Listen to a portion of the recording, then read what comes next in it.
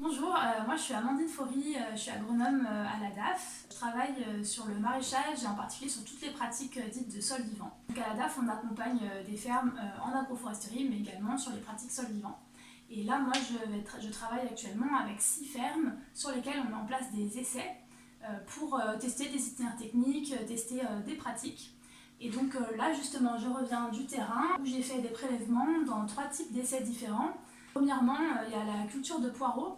Donc chaque année, dans le groupe SEV, on suit une culture sur toutes les fermes. Cette année, c'est le poireau. Donc on va comparer différents itinéraires techniques sur les différentes fermes et suivre aussi la rentabilité du poireau. Et là, on essaye de voir quelle est la dynamique du nitrate dans les sols dans cette culture-là. Et parfois, on a plusieurs modalités pour comparer, par exemple, l'effet d'un apport organique ou l'effet d'un engrais vert sur la culture de poireau.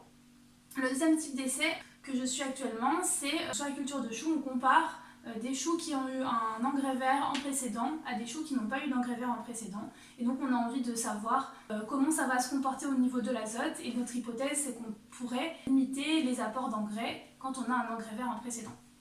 Et notre troisième type d'essai, donc là c'est sur une ferme qui fait des apports massifs sur différentes parcelles, donc des apports massifs de broyettes déchets verts pour augmenter les taux de matière organique, améliorer les sols.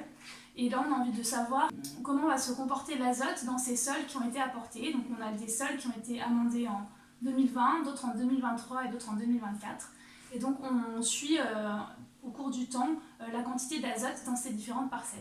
Du coup là je vais peser 30 grammes de mon sol que j'ai prélevé et que j'ai préalablement tamisé à 5 mm pour enlever les débris et les cailloux. Et ensuite je vais ajouter de l'eau déminéralisée avec pour mettre en solution les nitrates. Pourquoi déminéraliser? Parce que dans l'eau du robinet il y a des nitrates malheureusement. Donc je mets autant d'eau que ce que j'ai mis de sol. Donc pour 30 grammes de sol je mets 30 grammes d'eau. Du coup là je secoue pour extraire les nitrates du sol avec l'eau. Maintenant je filtre pour pouvoir avoir plus que le liquide pour mettre dans le Nitrachec.